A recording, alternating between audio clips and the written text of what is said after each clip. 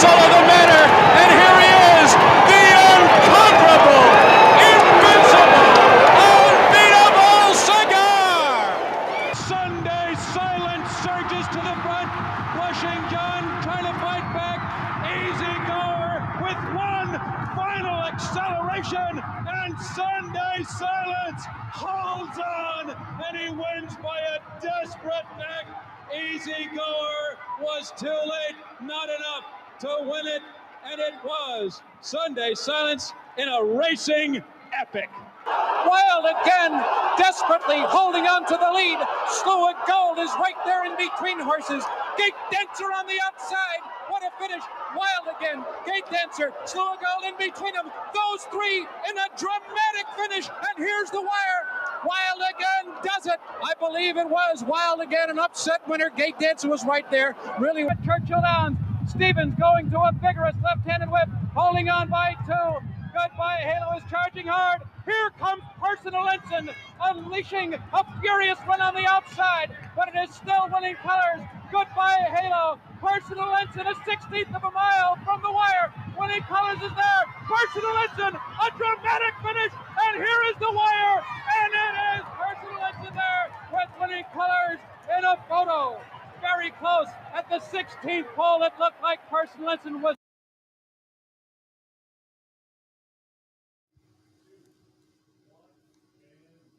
Good evening and welcome to the annual Capital OTB Breeders' Cup Seminar, taking a look at Breeders' Cup 2023, Friday and Saturday. Friday, some juvenile races. Saturday, the main event, the Classic, the Distaff, and lots of great action coming up. Seth Merrow joined by Dan Collins from Bonaventure Stables. Dan, good evening. Good evening. Glad to be here. I was hesitating a little bit because we're going to replay these on Friday and Saturday morning as well. So I was thinking good morning, but good evening as we air live here. And before we get into the cards, talk a little bit about you are the head of Bonaventure Stables, but also covered racing for some time for the Saratogian going back a ways. Yes, I did. That was the start of my interest in horses and racing. And I spent 2 summers as the editor of the Pink Sheet for the Saratogian back when I was in college, and I'm hooked. And I wrote some for the Pink Sheet going back a few years as well. And I think folks up in the Saratoga area are very familiar with the Pink Sheet, the Saratogian. Daily coverage of the race meet up there, and has been a popular addition to the local newspaper side of things on the horse racing side for years and years. But as I say, you're also the head of Bonaventure Stables, and I looked up because I know it's fun to have you in here because you can give us some insight as an owner to what it's like to have a horse go to the Breeders' Cup. Pulled up the Equibase stats from Summer of Fun and the chart to the 2012 Breeders' Cup Juvenile Fillies Turf, where your Summer of Fun for Bonaventure ran 3rd. Talk a little bit about the experience. Well, that was our second time at the Breeders' Cup. The first time, we were kids. We had no idea what to expect. But the second time, which happens to be right out at Santa Anita as this weekend's races will be, it was an unbelievable experience. If you own horses and you have an opportunity, your goal should be to be the Breeders' Cup Championships, because not only are you treated like a champion, your horses often run like a champion. What was the feeling as they came down the stretch and you were right there in the mix? Well, Summer of Fun had broke her maiden at Saratoga as a 2-year-old and went on to win the P.G. Johnson Stakes. And so we went on to the Breeders' Cup, and most people probably thought we should have stayed home in the barn because I think we were something like 43-1. And Ramon Dominguez, one of, frankly, his soon-to-be last stakes races before his injury, rode for us. And, we thought this is another great experience. But when Summer of Fun broke well, stalked the pace all the way around, and began to make a move in the stretch, unfortunately, Ramon got boxed in a little bit, and we had to wait and wait and wait. And when the opening came, she shot out of that like a cannon and was closing every step, but we ran out of distance, and we finished 3rd. We thought, we were 1 jump away from 2nd, but the most exciting part was the races were being broadcast live on ESPN, And in the box that we had been assigned, we were jumping up and down in hysteria with a third place finish, and ESPN zoomed in on us, and you would have thought we were the winners the way we celebrated, and they kept their camera on us. That's why I asked, because a partnership like you, and I know some of the local folks who are involved in Bonaventure, going to the Breeders' Cup, hey, just going and getting in the starting gate has to be fun, but to wind up and get a nice run down the stretch, and as you say, the chart came out, stretch rallied, and to wind up third in the Breeders' Cup has to be a great feeling. So as they say, a lot of fun to have you in here tonight and giving some of that personal insight. Also, before we get into the rundown, I wanted to give some of the notes as we show this on Wednesday night. There have been some notable scratches. The most notable, Arcangelo, came up with a ding, was going to have to miss the race, but subsequently they announced he was going to be retired. Practical Move and Algiers are out of the Dirt Mile. Ikoro Neo is out of the Breeders' Cup Juvenile. Liam's Journey out of the Juvenile Turf, and Get Smokin' out of the Turf. So early in the week, those were the notable scratches. I also just want to give folks the lineup coming up on the wagering menu and some of the minimums. There is an all-turf pick 3 on Friday, $3 all-turf pick 3. It's going to be the Juvenile Turf, the Juvenile Phillies Turf, Juvenile Turf Sprint, Juvenile Turf, Phillies Turf, and then the Juvenile Turf. Races 5, 7, and 9 on Friday. All-turf pick 3. On Saturday, there'll be an all-turf pick 4. That'll be the Breeders' Cup Filly and Mare Turf, the Breeders' Cup Mile, the Turf, and the Turf Sprint. That's Saturday, all-turf pick 4. And there will also be a all-dirt pick 4. That'll be the Filly and Mare Sprint, the Distaff, the Classic, and the Sprint. So keep that in mind. And as far as the minimums this year are all pretty much in the normal ballpark of what the minimums are. The all-turf picks will be $3 all-turf pick 3. There will be $1 exacta high five pick 6, 50-cent trifecta pick 3, pick 4, all-turf pick 4, all-dirt pick 4, and the pick 5, and 10-cent superfectas. So there are your minimums as far as the wagers. Before we delve into the couple of days, just thoughts overall. My thought overall, we were talking before we started, I don't think the Classic, particularly with Arcangelo on the sidelines, I don't think the Classic is as gangbusters as it usually is. We're not getting the showdown among powerhouse older horses kind of vying for Horse of the Year title. Horse of the Year might come out of the race, but I don't think we're coming in with a gangbusters battle. But you and I were talking, I think the Euros this year are bringing a strong contingent. They're always fun and add some wagering puzzles. And I think horses that are kind of notable as we go into it, Cody's Wish brings a good storyline. Elite Power, I think, is interesting. Goodnight Olive, I think, is going to attract a lot of attention. Your thoughts overall on the 2 days? I agree with you that I think there's a European invasion occurring. And I think, and it appears not only to be on the turf, but on the dirt as well, which is a bit unusual. Yeah. So I'd look closely at those European horses on the dirt and try to figure out if there's real talent there or not. On the turf side, Europeans don't usually run on firm turf. And when that happens, we tend to see a upswing in their abilities.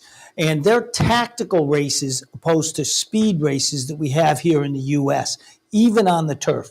So pay a lot of attention to the Europeans who have strong closing moves and that have stayed in contact with the early leaders of the race. I think that's very critical to what we're going to see over the next couple of days. Yeah, I'm looking forward to it. I think there's going to be a lot of fun betting opportunities, and Friday and Saturday certainly allowing that exclamation point that we always like to see on the year. And again, I don't think there's that blockbuster classic, but there's going to be a lot of fun racing over the course of the 2 days. So let's jump into it. Friday, again, Juveniles on Friday, and we're going to kick things off. The 5th race at Santa Anita, the Breeders' Cup Juvenile Turf Sprint. You and I were talking before we went on. A trainer you're very familiar with, trained some of your horses for Bonaventure Stables, George Weaver, coming in with multiple entries. I think you and I both like some George Weaver horses, but give us your thoughts on the Juvenile Turf Sprint.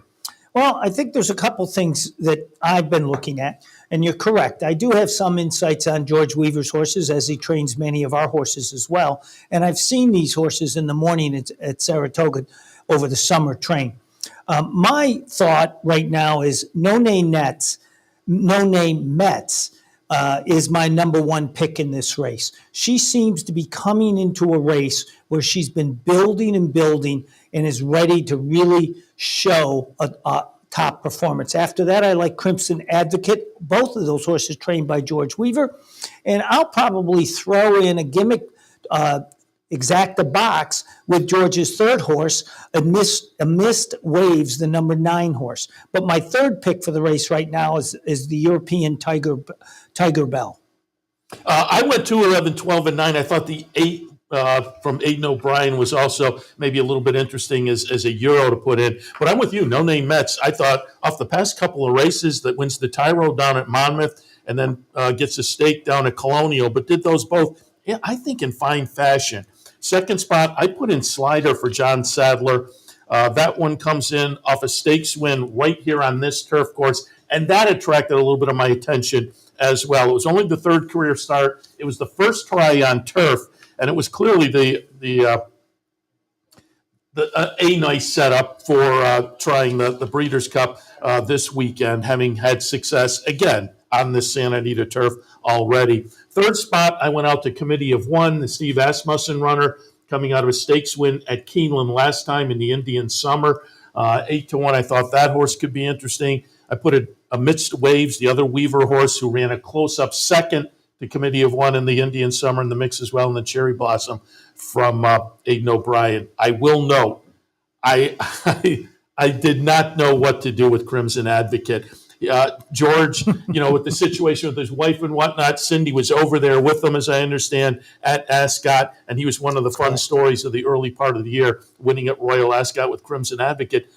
But she hasn't been seen since, so I was just reluctant to use her, but I'm going to kick myself if Crimson Advocate runs well. We shall see how it works out. Sixth race at Santa Anita on Friday afternoon is going to be the Breeders' Cup Juvenile Turf, mile and a 16th.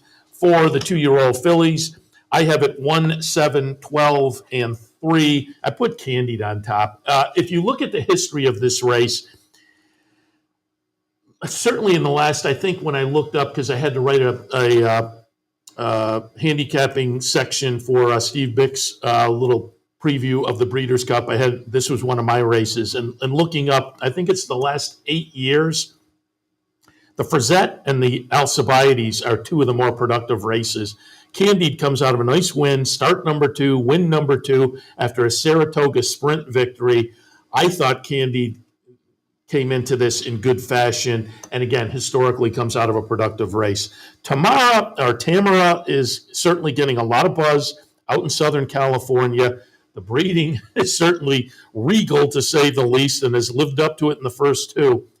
But she is trying 2 turns for the first time, so that's a big question mark. Just FYI for Bill Mott, 2 for 2. She won the Frazette, the other productive race I mentioned. I will note, being out in the 12 post position, I was a little bit leery of her.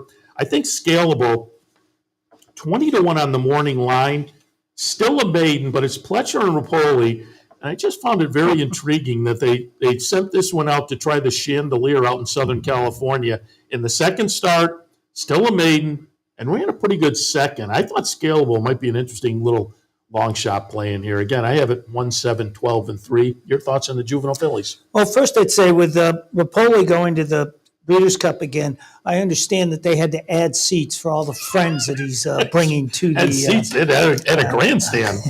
But I have it 7-1-6. Tamara is my number 1 pick in this race. Yes, there is a question about whether she can go 2 turns or not, but she does have the 2 best buyers figures in her first 2 races, and I think she's primed for this race. She hasn't gone this far, but she hasn't needed to go this far until now. So she's my top choice for this race.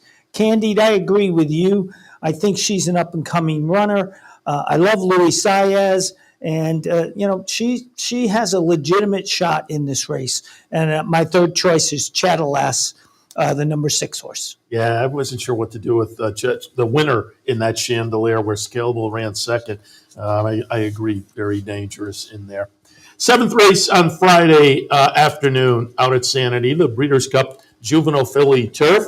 I'll ask your opinion, but I will note the top of my page I have written, I'm feeling this is kind of a wide open event.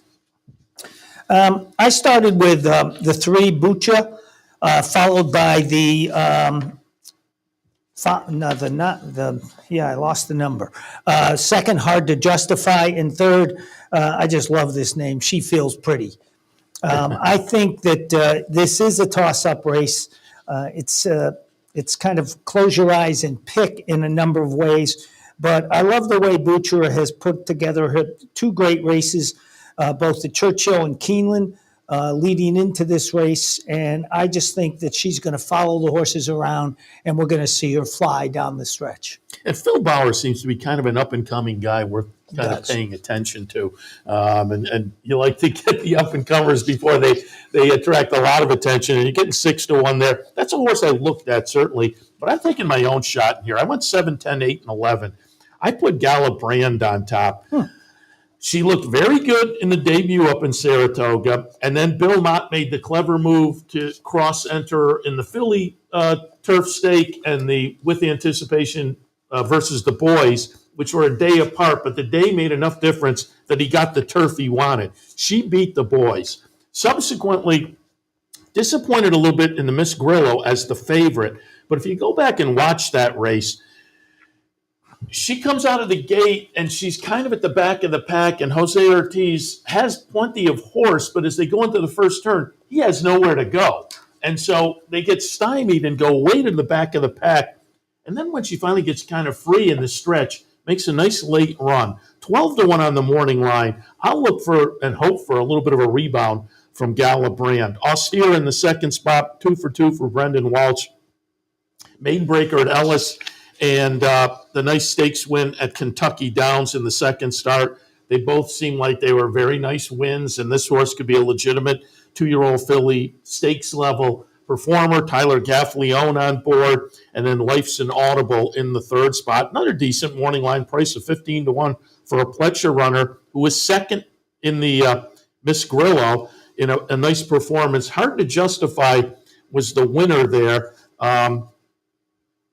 And I may have used Hard to Justify, Chad Brown runner, in the mix as well, but she stuck out in the 12. That said, I have the 11.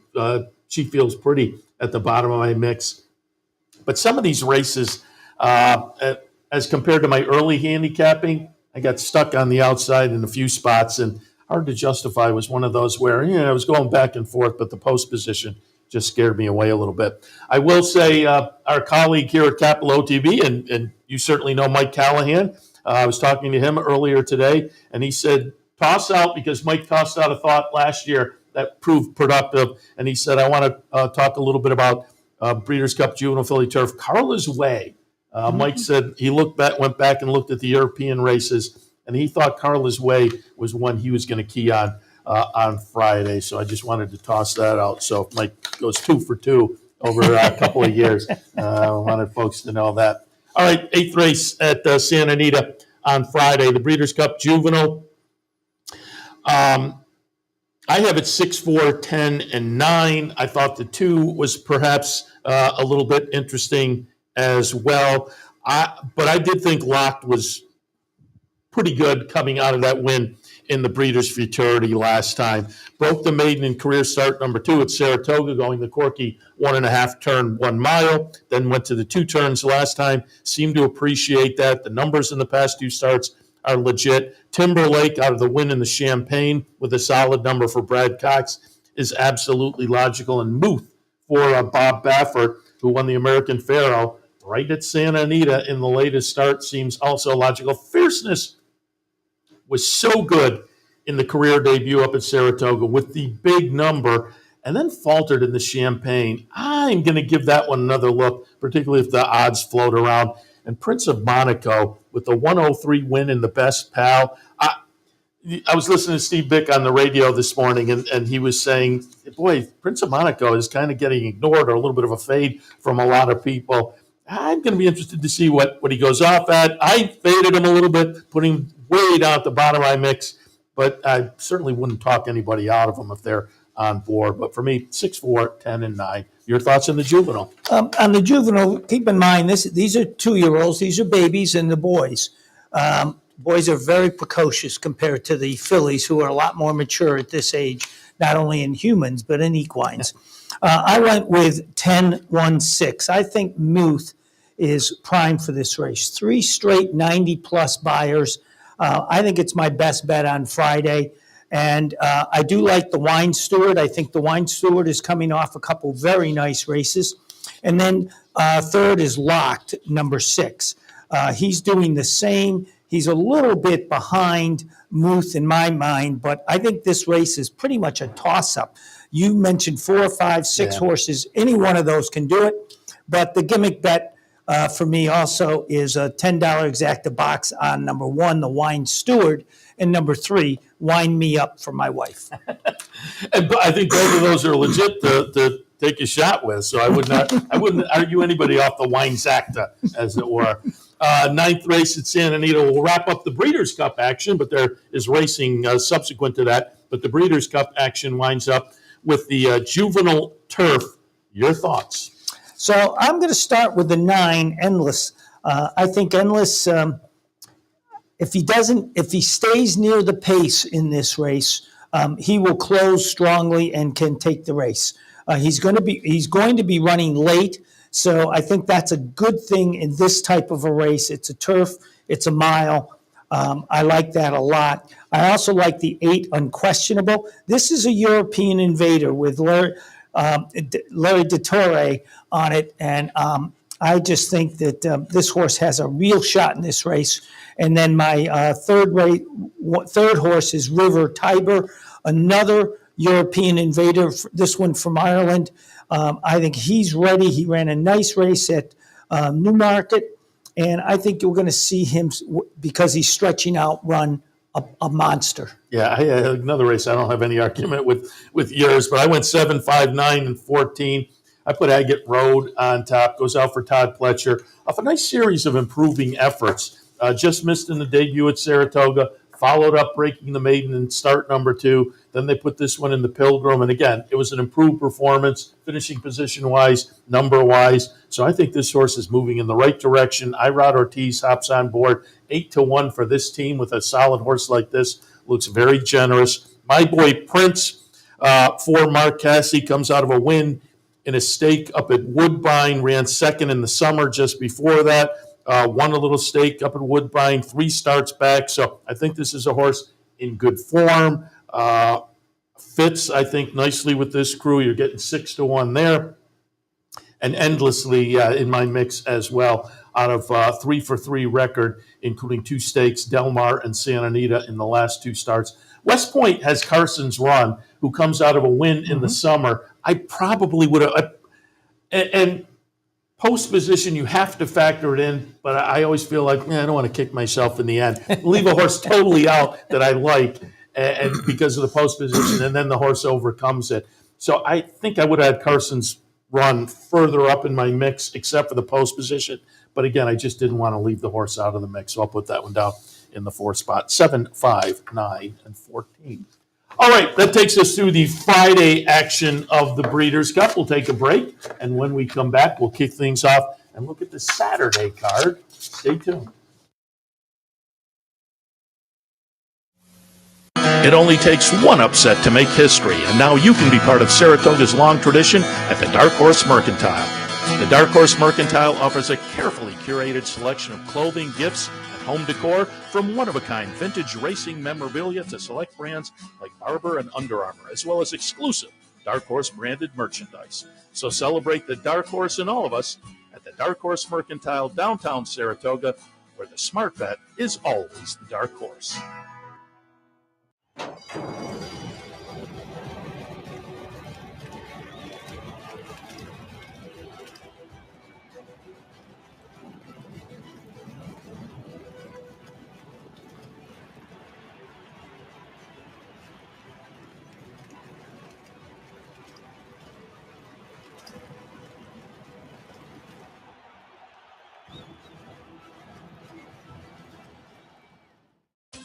Capital OTB is now streaming live on Roku. The RTN Racing channel on Roku lets you watch OTB TV live through your Roku device or your Amazon Fire Stick, rather than being limited to computers and mobile devices, which means you can now watch OTB live wherever you are. Simply open Roku, scroll to find the RTN channel, then click on OTB TV. OTB TV on Roku. Try it now. Welcome back. It is the 2023 Capital OTB Breeders' Cup Seminar. Seth Merrow and Dan Collins. Dan from Bonaventure Stables. And Dan, when we introduced the Friday portion of the show, we talked a little bit about going back. You were with the pink sheet of the Saratoga, and that's kind of how you got in the game. We talked about your runner in the Breeders' Cup, running third some years back. But I also wanted to touch a little bit on Bonaventure Stable and let you talk and brag a little bit. You guys had a great summer this summer up at Saratoga. We did have a great summer. We did not have a great summer the prior year. Weather-wise, and the weather was tough this year, but a couple of times it worked out for you. Weather did work out for us. We had a very nice 3-year-old who filly sailed with the wind, who was unable to run as a 2-year-old. Nothing major, just some minor bumps and scrapes. And she's bred for the turf. And we kept trying to get her on the turf at Saratoga, and we couldn't because of the rain. So we ran her long on the dirt, and she ran tremendously. She ran going away, and it was a big surprise to us. And then our 4-year-old colt, Ocean's Reserve. Ocean's Reserve has now run 8 times this year. He's been in the money 6 out of 8 times, and he picked up 3 wins this year, 2 of them at Saratoga. So, you know, those 2 horses really helped us for the season. It was fun. As I said earlier, I know some of the local people who were involved with some of your horses, and it was fun to see the smiles in the winner's circle. Nothing like a winner's circle at Saratoga when you manage that. Didn't talk earlier, you know, we went through the Friday card. I'm wondering, do you come into this with any kind of betting strategies or preferred types of wagers? I'm always an exacta person. Over the past few years, I've become player of pick 4s and back those up maybe with some pick 3s. Those are the plays I like. I'll tell you what, the last couple of years, and this goes back, I played it plenty early in my horse racing fandom career, but then I had gotten away from it. But I'm looking more and more at doubles the last couple of years. I haven't looked at, I play a double to the first couple races at each stage. It's more out of tradition than anything else. My preferred bets lately have been, I like to do $20 across the board on a winner in each race. And I tend to look for long shots because all you need is one at 18 to 1 or something with $20 across the board to make your day. And I think I have a couple of those in the Saturday card, especially with the Europeans on the turf. So those are 2 of my favorite bets. And I also play rolling pick 3s. You remember that back in the day, as I say, the double was something because the wagering menu was far different when I first got into the game. But if you said you were going up to Saratoga, or in your case, if you said you were headed to the track or where, somebody, if you were in your office or you were just somebody would say, "Oh, play the 1-7 double for Correct. me." And these days with the rolling doubles, you don't get that anymore. No. All right, let's jump into Saturday action, Breeders' Cup. It's going to kick off race number 3, the Breeders' Cup Dirt Mile, as the name suggests, although it doesn't always work out that way. It will be 1 mile at Santa Anita. Your thoughts? Well, I think that the favorite in this race is Cody's Wish, the number 3. And I think it's for any number of reasons. You've mentioned it earlier. There's a connection there with a young man who has some handicaps, and this horse has proven to really be a runner. And you're not going to get a price on him.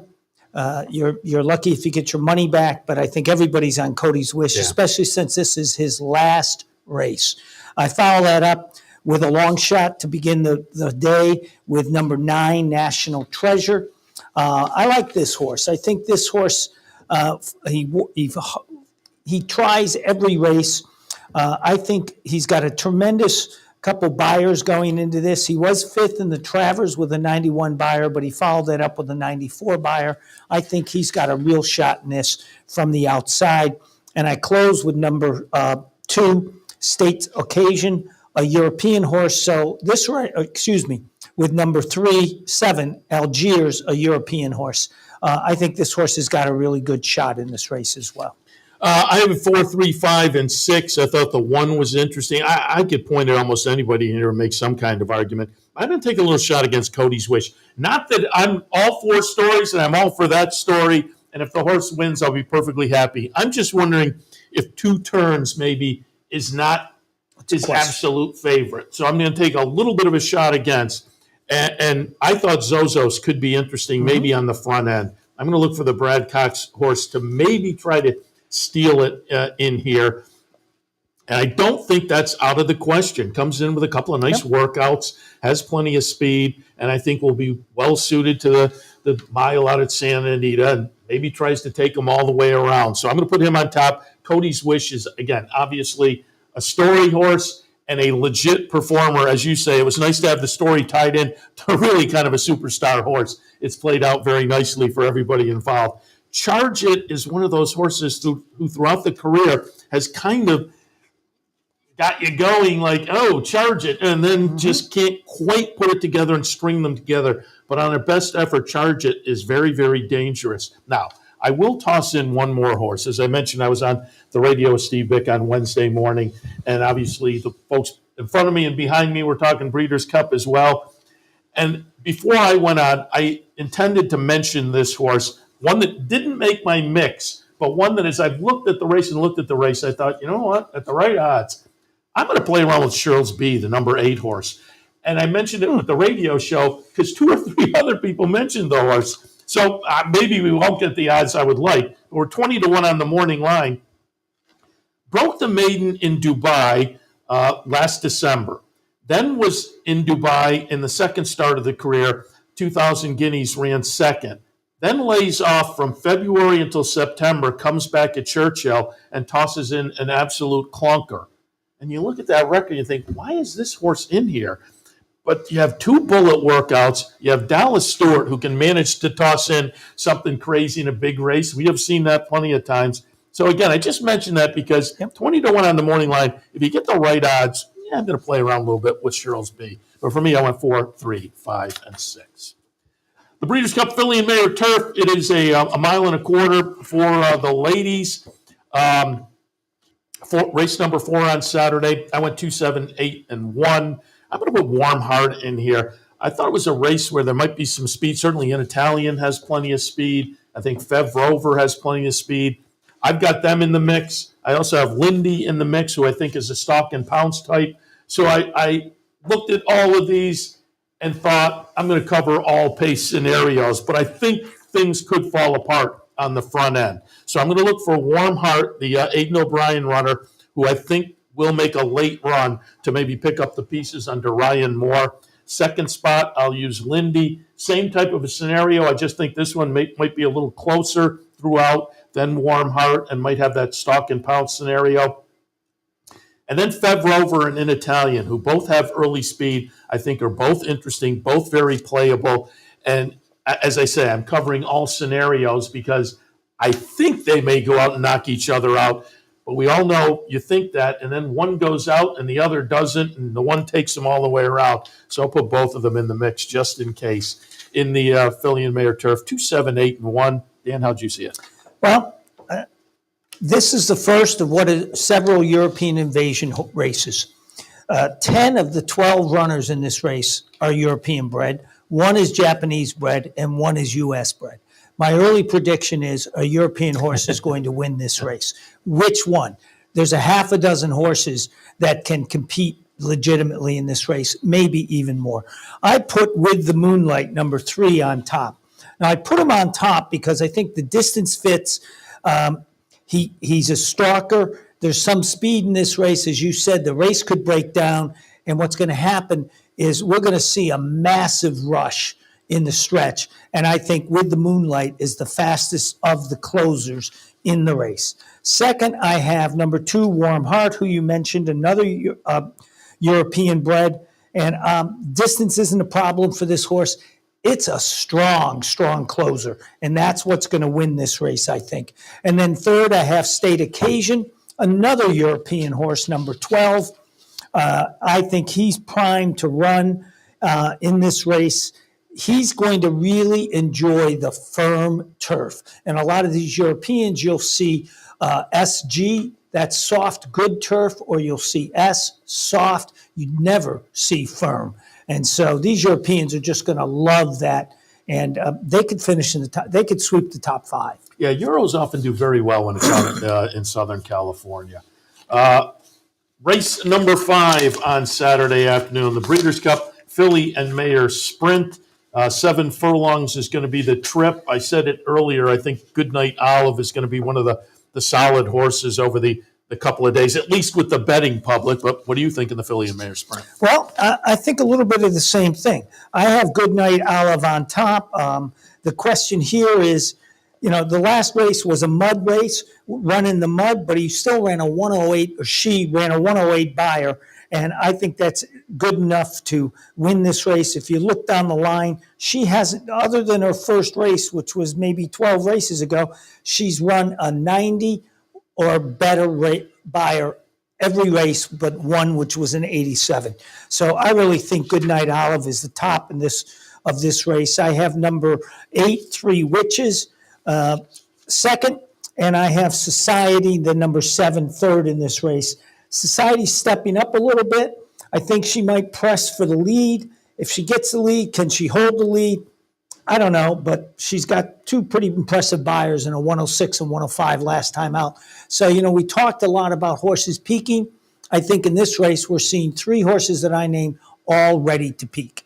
I couldn't get past Goodnight Olive either. The good second last time to Echo Zulu up the Ballerina, as you said, on a muddy track. But otherwise, she's just 8 for 11 overall.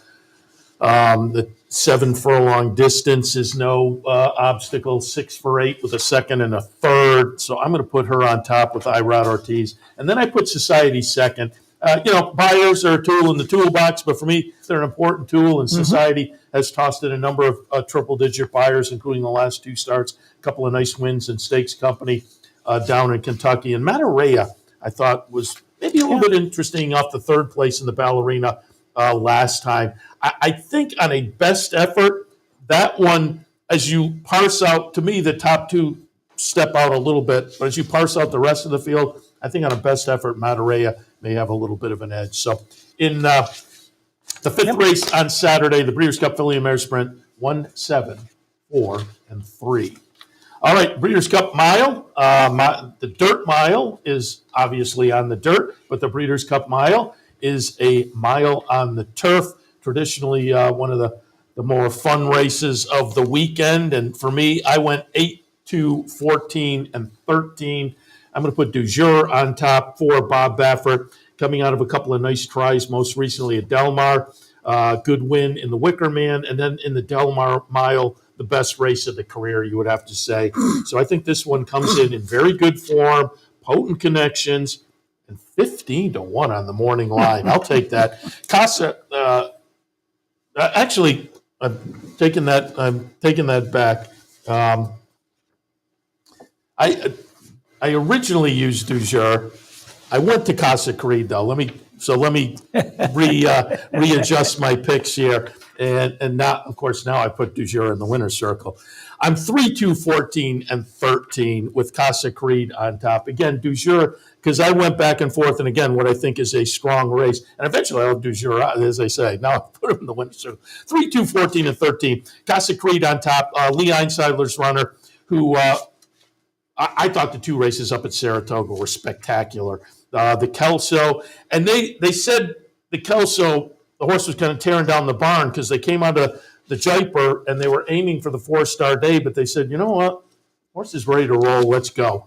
Wins the Kelso, and then comes right back in the 4-star day with a big effort. So Casa Creed, to me, very dangerous in here off those 2 nice wins up at Saratoga. And you're getting 8-1 there. Gina Romantica in the 2nd spot. This is a 4-year-old filly, but it's a very dangerous filly for Chad Brown, coming out of a nice win at Keeneland last time under Tyler Gaffleone. He's back on board again. And then I went to a couple outside horses, and at the mile, I am really, really leery.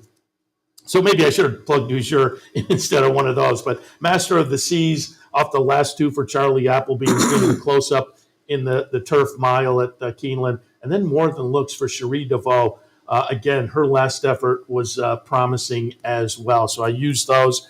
But as I say, Dujour is interesting. This morning on the radio, some folks were pointing out Cheryl Spite, who came in second at a long price in this race last year. I wouldn't argue anybody off of that one. But again, eventually, after all my going back and forth, I did eventually end up 3, 2, 14, and 13. Your thoughts? My thoughts are, I started with Masters of the Sea, which I believe is number 12. 14, excuse me. I think this horse is ready to peak. If you take a look at the horse, they brought this horse over early. They've already run 2 races here in the U.S. They've both been 100 buyers. And the way this horse runs, I think the race sets up for him. He's going to be very patient in the race. He's going to make a big move on the turn. And I think this is another race that comes in where the invaders, Europeans and the Japanese, can sweep this race. I have Masters of the Sea on top. I have Songline second and Maj third. Were you concerned about the post position Master of the Seas? You know, it bothers me a bit that he's out there. But if you remember, Europeans run in large fields for the most part. Yeah. So I'm thinking that he has enough tactical speed that he can get over, he can get settled, and he's going to make a run. We might see this horse coming 4, 5, 6 wide on the turn, and he's just going to keep going. Yeah, as I said, it concerned me, but I wasn't going to leave him out. 7th race on Saturday. It is the Breeders' Cup Distaff, mile and an eighth for the ladies. Dan, how'd you see it? I started with number 4, Idiomatic.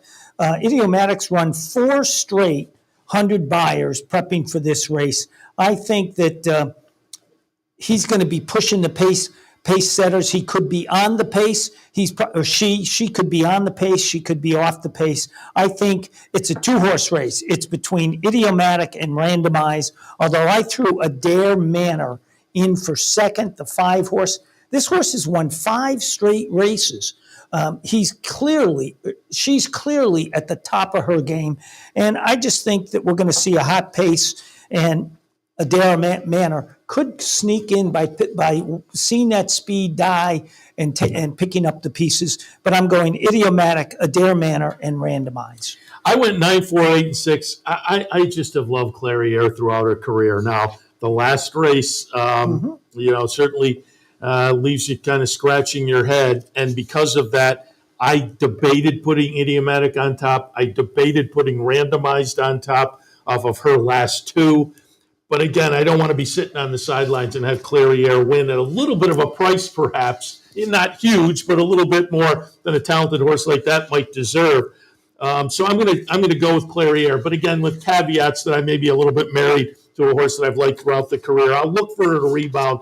But certainly Idiomatic off the last 2, the Personal Ensign and the Spinster.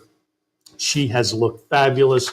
Tossed triple-digit buyers. She makes a lot of sense. And then Randomized, again, the win in the Alabama, the win in the Beldame, tab her as a very, very dangerous 3-year-old filly. And I would think a good performance in this race, certainly a win, puts her right in the thick of the conversation for, 3-year-old filly of the year. So she's going to be interesting to watch as one of those side stories as well. In the 7th at Santa Anita, the Distaff, 9, 4, 8, and 6. Why don't we take a break? When we come back, we'll continue our look at the Saturday Breeders' Cup action. Stay tuned.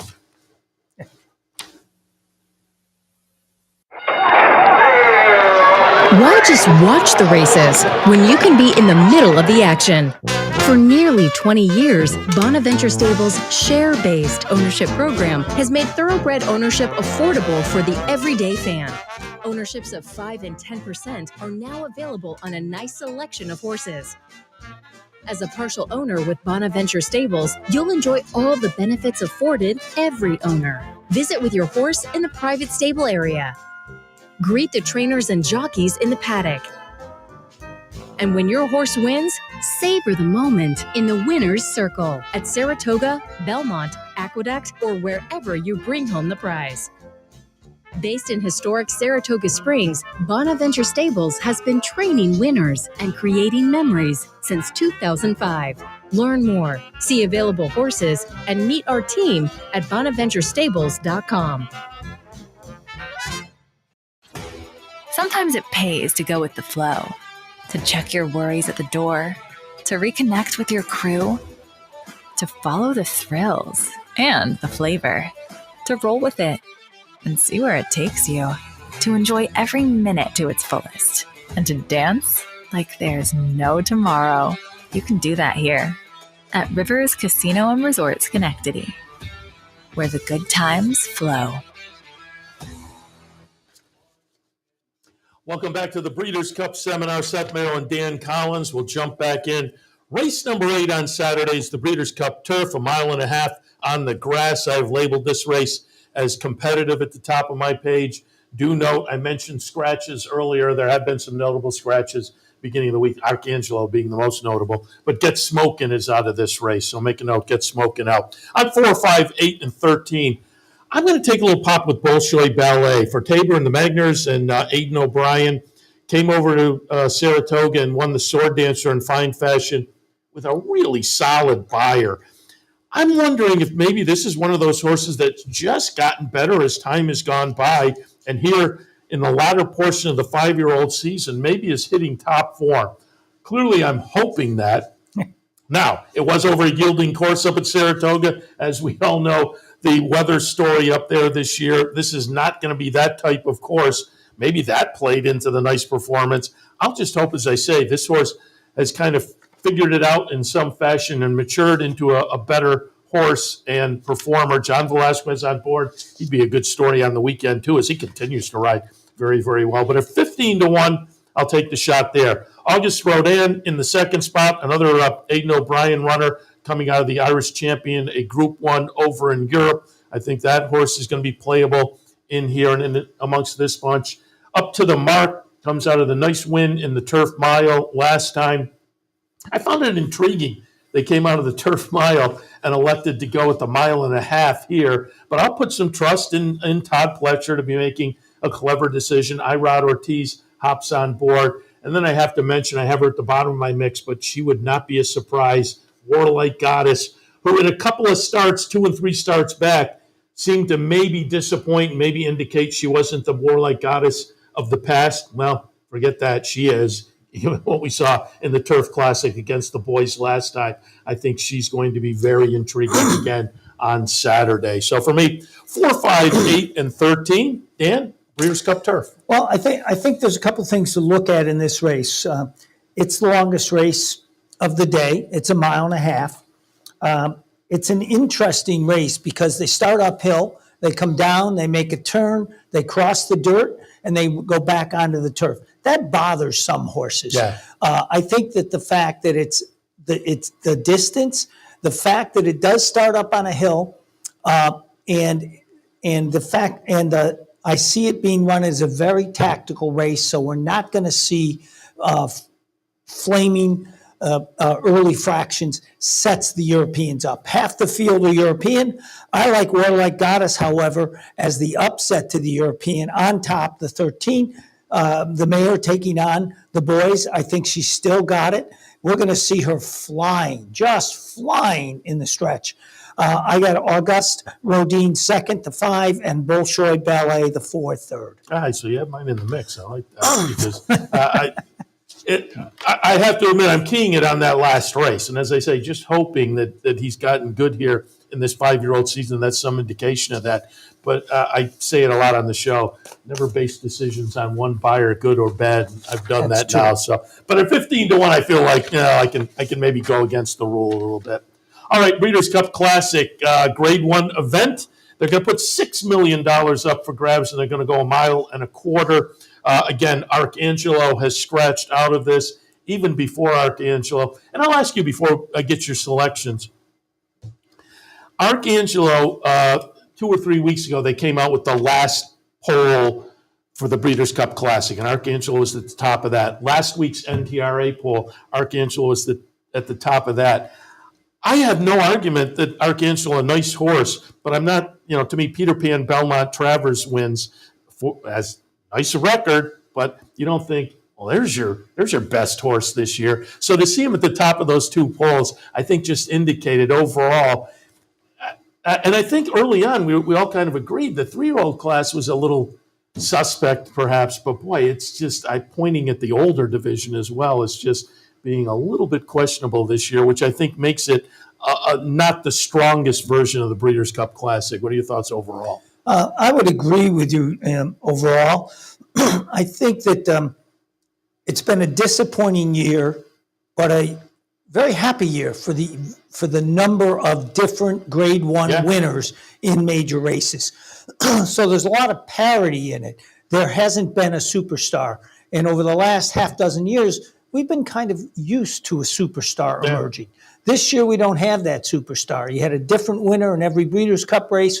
You had a different winner in many of the major Grade 1 races, the Travers, the Pegasus, down at Monmouth, out on the West Coast. So it's been a very even race. It takes some shine off this race. And I will note, you've kind of alluded to it, but with Archangelo out there, no Triple Crown horses really to speak of in here this year. And again, this is typically, we like to, it's going to be either the big superstar, let's see, the big performance, or there have been 3 or 4 horses that have kind of risen to the top of the class. Let's see them face off for Horse of the Year. Horse of the Year might come out of this race, but it's not that quite as strong of a lineup that it's playing out to be that showdown we always wait for. But still, I think it's a fun race with a lot of opportunities. What are your thoughts? I agree. And with Archangelo out of the race, that would have been my top choice. I've gone with White Abarro on top, the number 3. I think White Abarro is peaking at the right time, and there aren't superstars in this race, so this is the right time for White Abarro. I have number 11, Bright Future, running second. I think the same things, run 2, 3 very good races of the last 4. So I think, again, he's on the top of his game. He's not a superstar, but he's on top of his game. And I put the 12, Arabian Night, for third.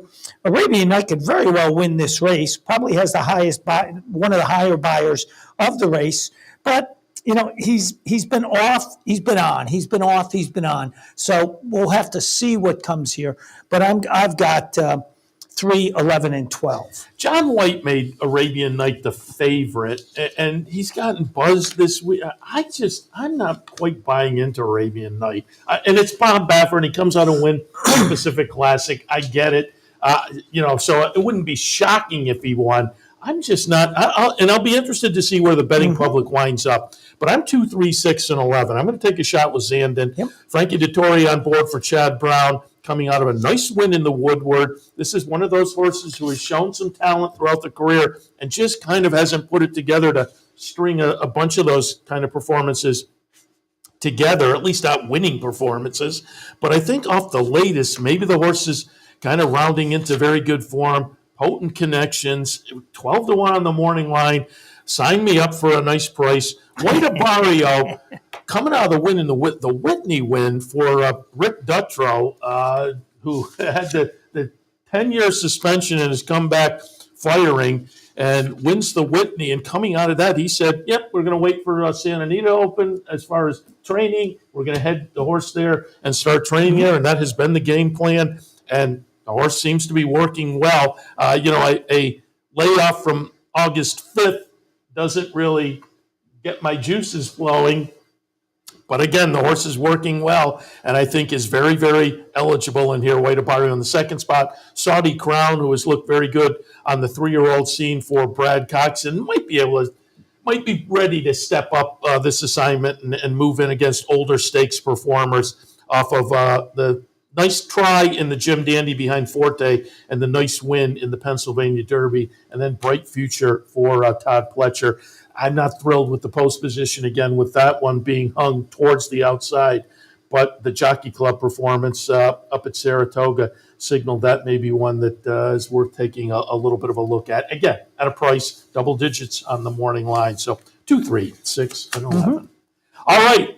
Breeders' Cup Classic winds up the Breeders' Cup. No, wait a minute. We aren't going to wind up the seminar because this year there are 2 races still to go. And for folks who aren't familiar, I believe it's NBC has college football commitments. If they're done at the 10th, then it moves to online Peacock, only, I think. Yeah, Peacock. Or that's a great note. If folks are looking to it, because I don't think we'll be able to cover those last 2 races, last 2 Breeders' Cup races here, but it goes to Peacock, which is NBC's streaming service.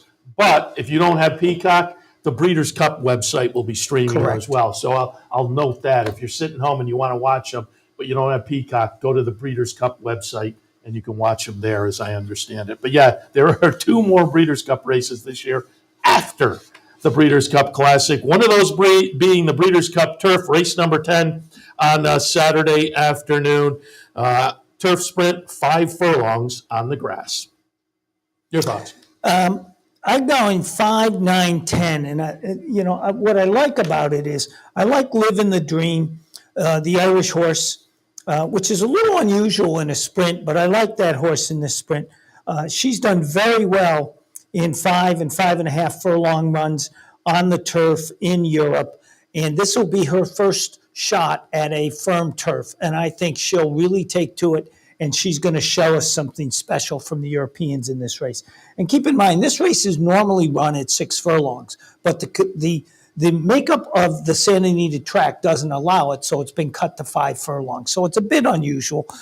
Second, Roses for Deborah. This is a kind of a long shot play. I like her. I think she's improving.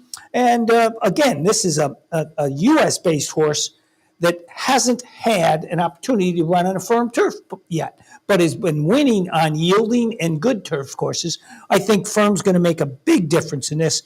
And then third, 10, Motorious. Motorious is a California-based, running at Del Mar, Santa Anita. Very accomplished at the 5 furlong, so this race suits her well. I'm going to look for the rebound from Caravel. I have a 3, 10, 9, and 7.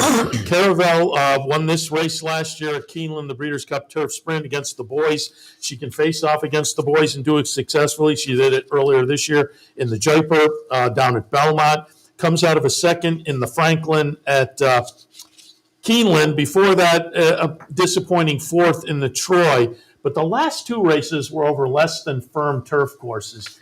That is a turf course she doesn't like, and the connections have noted that, but they sportingly tried the last 2 anyway. And again, last time she just missed. But I think getting back to a firm turf course, and with those last 2 races darkening her form a little bit, I think she has the chance to rebound and maybe at a little bit of a price. So I'll put Caravel on top. Motorious, who you mentioned, I have in the second spot, coming out of a nice turf sprint stakes win at Del Mar. I'll also mention our friend Tony Kalo. Earlier this week, I talked to Tony, and he gave out a couple of Breeders' Cup thoughts, one of them being Motorious, so he likes that one as well. Third spot, your Roses for Deborah, who you mentioned. One of the things I like is had the win streak snapped last time, facing the boys in the Turf Monster at Parks. But that turf course at Parks is just, it's a quirky, it's barely turf, I think. And so I'm going to look for her to rebound, just getting back to what is probably a more traditional turf course she might like quite a bit better. And then Nobles in the third spot, just, again, a bona fide stakes quality turf sprinter that should fit nicely. Right. So in the 10th at Santa Anita, Breeders' Cup Turf Sprint, 3, 10, 9, and 7. All right, the 11th at Santa Anita on Saturday afternoon. Not the final race, but the final Breeders' Cup race. It is the Breeders' Cup Sprint Grade 1 event, $2 million, 3/4 of a mile. I have it 8, 9, 2, and 7. I'll put Elite Power on top, but I'll tell you what, I went back and forth and back and forth because I really like Gunner. And that race up at Saratoga, let me take that back. Those 2 races up at Saratoga were probably 2 of the best races up there. The Vanderbilt that Elite Power just got Gunite, and the Forego where Gunite got Elite Power. Again, they were 2 of the highlights of the 2023 meet. But I went with Elite Power slightly. Irod Ortiz sticks on board, and I think the 6 furlongs absolutely suits Elite Power. Gunite is right there. Again, a duo that I could have gone easily either way. Dr. Scheibel is a very talented sprinter from the West Coast coming out of the Santa Anita Sprint Championship victory, so legitimate. And Speedboat Beach, who I liked last year in the Breeders' Cup Juvenile Turf Sprint, albeit coming out of a couple of quirky situations, broke the maiden on the dirt, then followed up with a win on the turf, so stuck to the turf for the Breeders' Cup. But last time, Santa Anita Sprint Championship behind Dr. Scheibel in the first start of the year, did it on the dirt. I wouldn't ignore the Baffert runner in here. Lightly raced 3-year-old with only the 1 start so far this year, but had some intrigue in here. Breeders' Cup Sprint for me, 8, 9, 2, and 7. Dan? I closed the Breeders' Cup races with 9, 2, 6. Gunite, Dr. Chevelle, and the Chosen Vrone. Gunite, I understand what you're saying about Elite Power and Gunite. They're back and forth. They're fighting each other. Could be either one. I just like Gunite. I think he's going to get the race that we've been looking for, and he's my top choice. Dr. Scheibel. Dr. Scheivel's run well all season, so we could see something there. But I do want to point out the Chosen Vrone, number 3. This horse has won 8 straight races.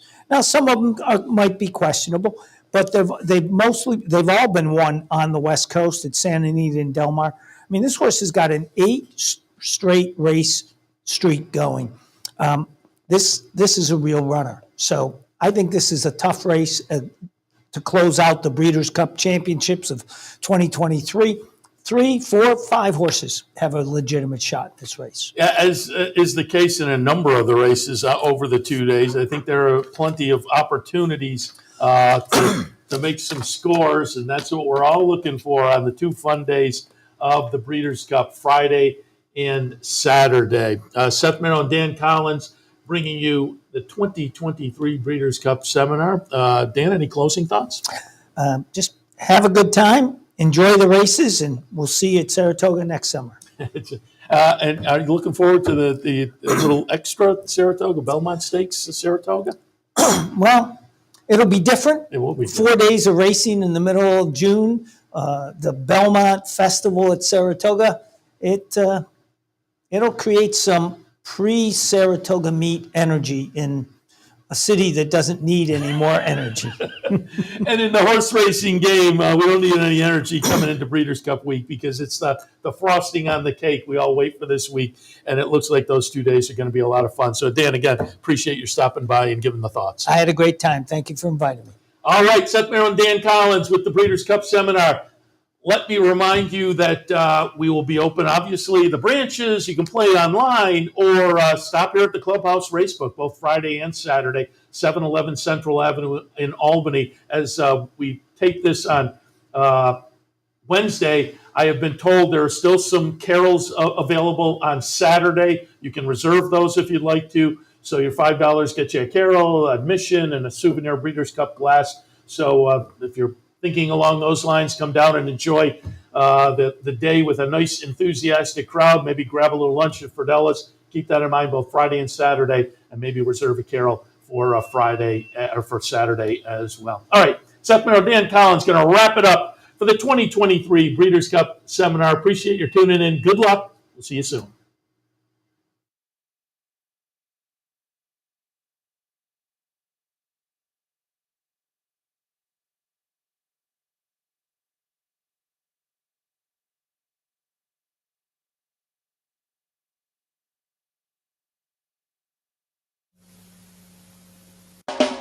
You're watching OTB TV, a service of Capital Off Track Betting.